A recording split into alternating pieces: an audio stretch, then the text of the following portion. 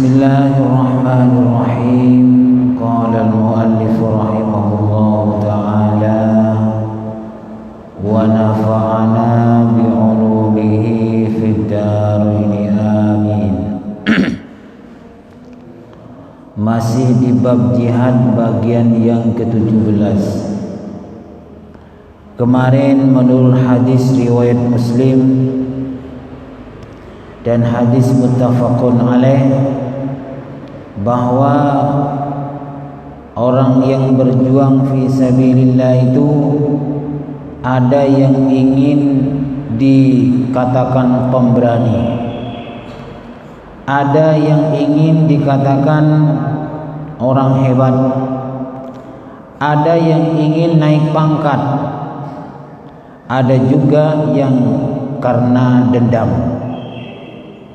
Jadi jihad fi sabilillah itu niatnya dulu macam-macam. Terus siapa yang sebenarnya menegakkan kalimatullah, dialah yang niatnya lillahi ta'ala. Sama berjuang di zaman sekarang ini sama. Ada yang berjuang itu ingin dikatakan ahli pejuang, ada yang semangat berjuang menegakkan agama Islam karena ingin dapat kedudukan. Tero cana tokoh, tero eko cana orang penting. Ada juga yang memang mengincar dunia, macam-macam. Jadi yang diterima oleh Allah adalah niatnya yang lillahi ta'ala.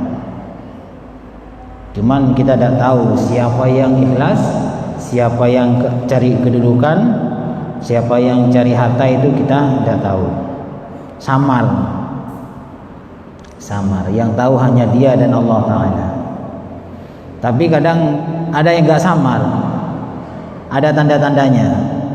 Kalau ada uangnya ikut berjuang, kalau udah ada uangnya tidak ikut berjuang. Ini sudah jelas, ini nampak ini.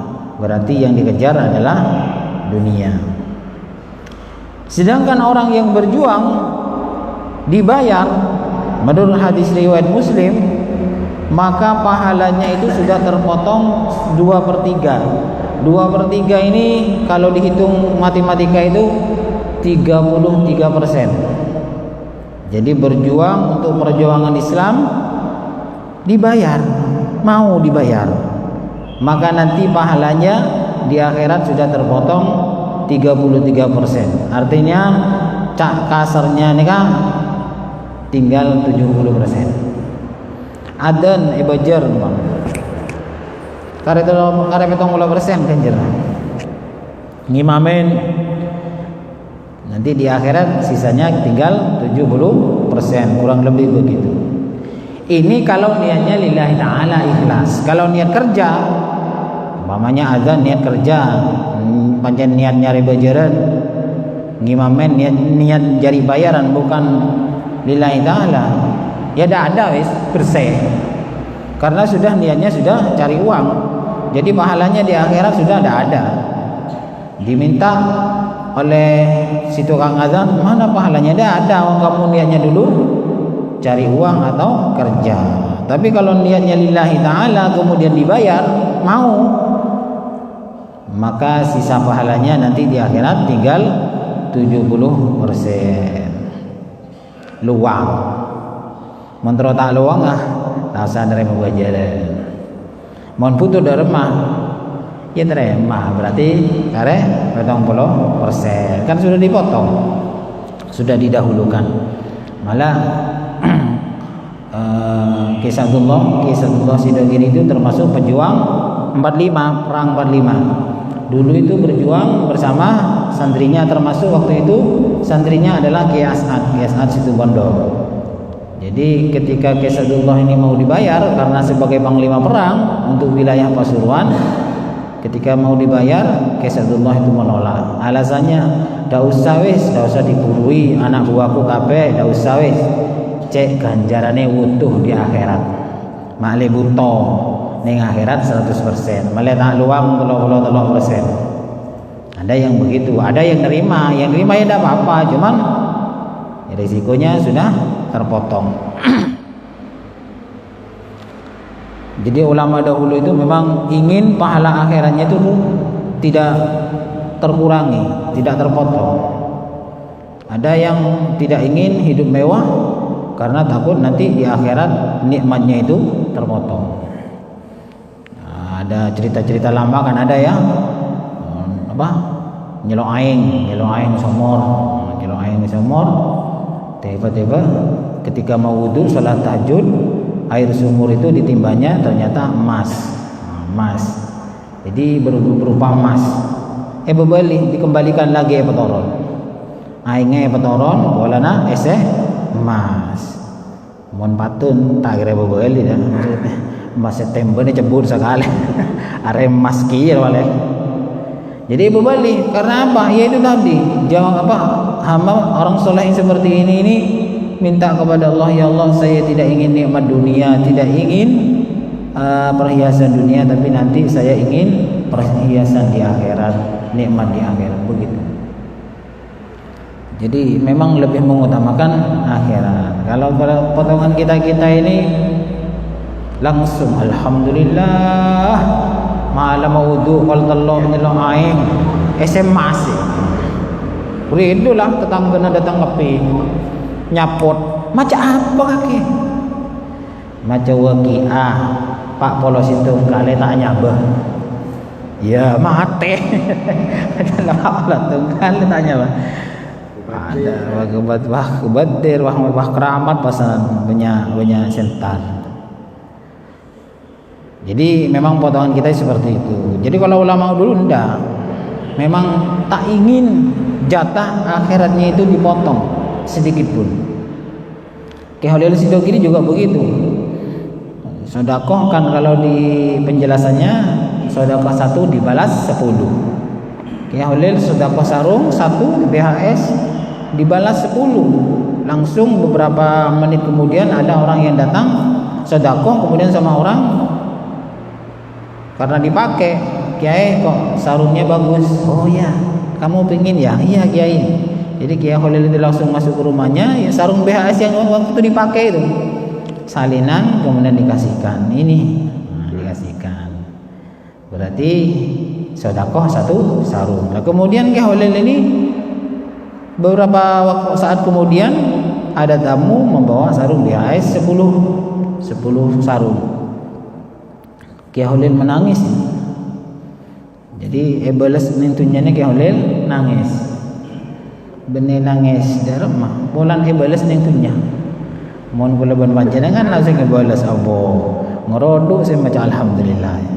Alhamdulillah langsung balas. Ajareta ketangkep. Kiai Holil nangis. Ditanya kenapa kok menangis ya Kiai Holil? Saya tidak ingin dibalas di dunia sedekah saya. Saya ingin dibalas di akhirat. Nangis. Bulan lebih senang dengan akhirat. Mengkeleban panjenengan tak kira nangis. Paling sedekah boleh. Dua sedekah akin lemak paling oleh seket lah. Apakah salahnya? Tidak salah. Cuman orang-orang atau ulama-ulama dahulu itu lebih senang pahalanya itu utuh nanti di akhirat. Umpama saya sedekah kemudian dibalas 10 gimana? Tidak apa-apa, silakan ambil apa-apa. Cuman khawatir, Kiai Holil itu khawatir jatahnya sudah diberikan di dunia, takut di akhirat sudah tidak dapat jatah. Kalau lihat dari hadis riwayat Muslim ini, kalau sudah diberikan di dunia maka terpotong nanti pahalanya di akhirat. Itu khawatir, gebeter, eman maksudnya begitu. Bukan tidak boleh. Eman. Perjuangan apa saja kalau dibayar ya ini terpotong 33%. Sepertiganya, 2/3-nya itu akan sudah diberikan di dunia.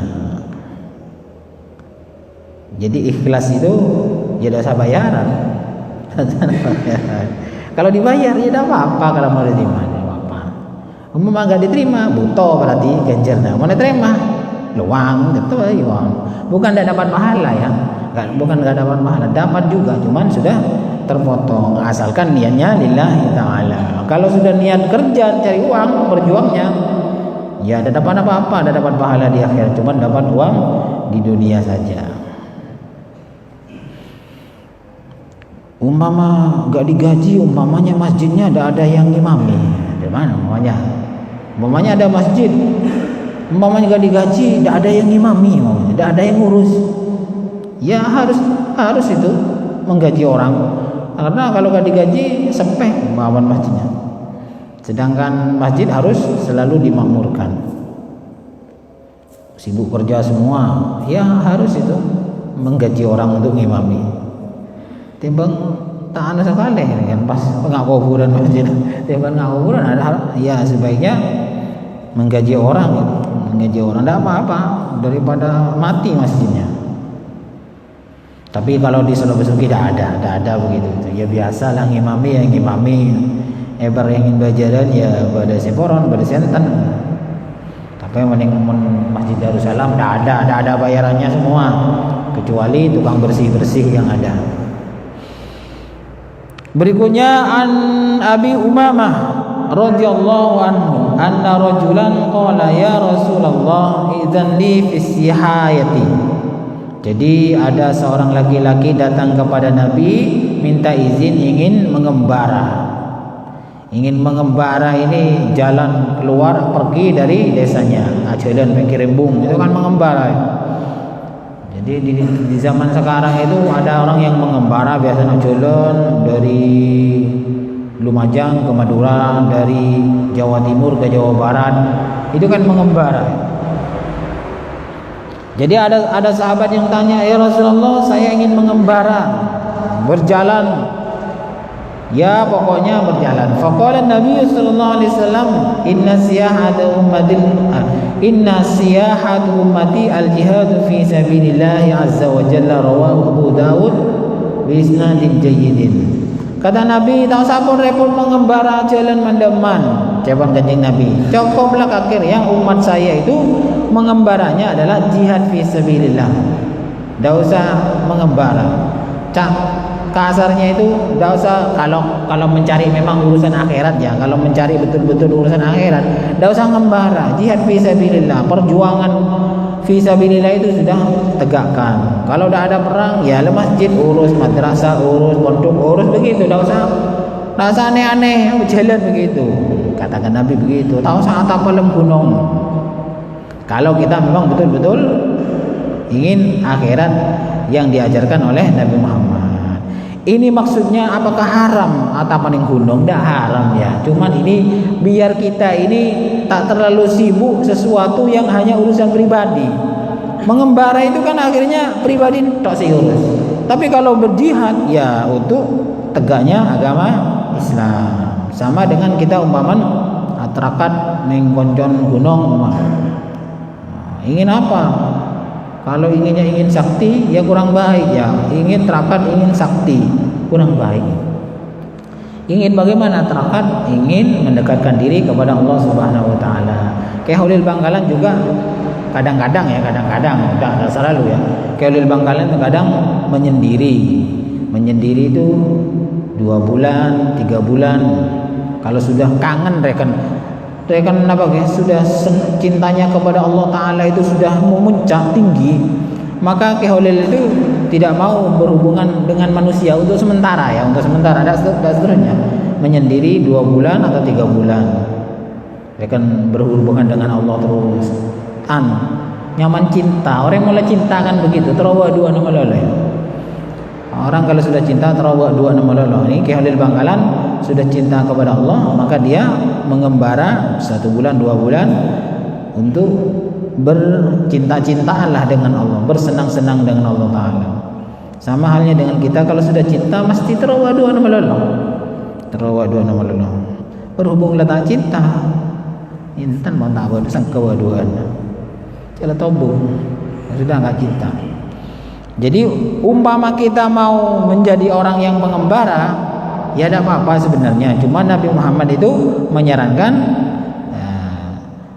mengembaranya umat saya itu adalah jihad fisabilillah. Yalah uruslah urusan perjuangan lah gitu, cak kasarnya gitu. Tahun sama pas etina jamaah etina umpama dah turun lah membacakan budi, tidak boleh begitu. Ya harus diurus jamaahnya, yang punya jamaah pengajian ya jamaah pengajian diurus, yang punya jamaah sholat ya jamaah sholat yang diurus, begitu maksudnya. Tidak usah sibuk kemudian pergi kemana-mana antrakan, tidak usah, tidak perlu itu. Bukan tidak boleh ya. Yang penting ini anfa'uhum linnas, bermanfaat kepada manusia yang lain. Mungkin ada yang mau ditanyakan? Mungkin apa? Dari sekolahan ya kan tidak ada antara ke Hamid atau ya. Kemudian antara kedua buku Zano, rekreasi karena hubungan ada. Oh ya, ini udah pertanyaan ziarah Wali Songo umpamanya, terakhir rekreasi ke tempat hiburan Borobudur, pemandian, itu hukumnya bagaimana? Ron paron gitu ya, ron paron gitu. Pertama nyari kenjeran, baru datang ketemuan tuh sebon, yang kolam renang lah, pangki banyak aurat dah buka lah. Ron paron, pon malaikat senyatan hewan. Are paron bisa jadi nanti pulangnya tidak ada apa-apa, yang ngerolok oleh senang ya, kenjernya hilang. Kalau ada panen rekreasi, ada yang begini, enggak, rekreasi dulu, enggak mau nyari tuh sekada ya. Nyari tuh sekada, mari ntar ziarah. Ya kan itu topon husnul khotimah. Bagusan begitu sebenarnya ya.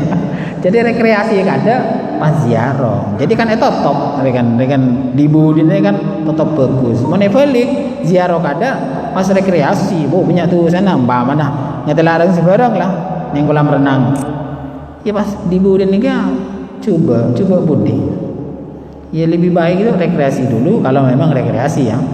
Kemudian ziarah. Tapi kadang tidak semangat kalau cuma ziarah toh ya. Terutama golongan sekolah-sekolah ini kata semangat teman ziarah toh. Lamun golongan pengajian biasa ziarah meloloh biasa. Jarang rekreasi. Paron kali kawan. Ya. Ziarah ke Wali Songo. Dalam habis mereka nyetel dangdut. Kan begitu video nak. Dalam mana kah? Dalam mana kah? Ziarah Wali Songo ning dalam base nyetel dangdut. Ya paron ki.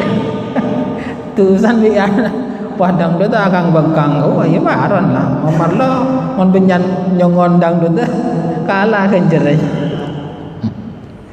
Ya begitulah hidup ini ada di antara dua, mau pahala mau dosa. Ya enggak mau bercampur. Ya bercampur ki. Bercampur ya. Mon anu ka sebab Ustaz. Mun tabligh kita termasuk mengembara. Tabligh, oh jamaah tabligh. Oke, termasuk mengembara. Jamaah tabligh itu termasuk mengembara, pergi kemana-mana. Tapi kalau orang Indonesia nggak cocok itu. Dengan cara dakwah seperti jamaah tabligh tidak cocok. Orang Muhammadiyah, orang Hindu tidak cocok itu. Karena meninggalkan anak istrinya di belakang. Meninggalkan anak istrinya itu bisa jadi apa ki kewajiban yang di belakang itu terbengkalai. Jadi kewajibannya akhirnya terbengkalai. Kalau ikut seperti itu saya tidak melarang, Muhammad itu orang ki kulo tang larang patun. Yang mau kirim bisi bine empon aja nyari kiri dunia. Nyari dakwah-dakwah yang dak kridu lah, dak kridu bi sibine. Iya nganeng jongkol lah pada orang. Waktu adzan ya adzan, ya perjuangan begitulah ngelihat kridu. Ada lagi ziarah ini sekarang apa ya menjadi musimnya, tren. Kita ini ziarah ini niat lillahi ta'ala apa niat tren. Rekan polana orang punya ya nanti pahalanya juga begitu. Oh hari ya benar lillahi ta'ala ya kayak lorong rekreasi. Nah, tidak dapat pahala. Ya oleh senang ini kemana? Oleh senang, leman payah, oleh kerupuk banyak. Kok kereng, petes, barang ya cuman hanya dapat itu. Kalau kita niatnya cuman kan rekreasi lah, bukan lillahi ta'ala, bukan hanya ziarah haji saja. Kalau niatnya itu rekreasi, ada itu orang haji itu niat rekreasi, ya tidak dapat pahala. Ya kun oleh rekreasi. Besok di akhirat minta pahala kepada Allah Ta'ala, Ya dah ada. Jadi kakek haji bukan karena lillahi ta'ala, kun rekreasi atau teroko jana abah atau babu kecil. Ya oleh abah babu kecil ini pun minta pahala dah ada. Bukan hanya ziarah ya, bukan hanya ziarah. Orang minta lillahi ta'ala wis putus sudah, pahalanya habis, dah ada. Dan karena setiap kita melangkah niat yang baik. Menikah juga saya itu kalau diingatkan sama guru-guru saya, ingat menikah itu niat lillahi ta'ala, itba, mengikuti langkahnya Nabi Muhammad, sunnahnya Nabi Muhammad. Jangan niat pola engkau lebur kah orang bina wah teronang senang kah, oh sudah ada pahalanya dah ada. Inilah malainya mana dah ada pahalanya. Jadi niat nikah itu niat penting, niatnya lillahi ta'ala, niat sunnah Rasulullah sallallahu alaihi wasallam. Berikutnya wa an Abdullah bin Umar bin Al-As radhiyallahu anhuma an Nabi sallallahu alaihi wasallam qala qaflatun ka ghazwatin. Qaflah itu kembali dari perang itu seperti kembali lagi untuk perang. Artinya pulang perginya perang itu dinilai pahala. Jadi pulangnya itu sama dengan perginya mau berangkat perang. Jadi pahalanya double. Kembali dari perang dan mau berangkat perang itu sama-sama mendapatkan pahala. Kalau perang berangkatnya dapat pahala, pulangnya juga dapat pahala. Ini artinya wa ma'nahu annahu yusabu fi ruju'i ba'da faraghi min al-ghazwi. Jadi pulangnya itu juga dikasih pahala oleh Allah Ta'ala. Pulang dari perang itu kasih pahala seperti halnya mau berangkat. Tapi kalau belum berangkat belum dikatakan pulang. Mau ketika perang dah ikut. Coba Bonorjo ada orang perang pulang, norok entar ke Norjo apa norok mulai. Ya ndak itu congocnya nyawa ini.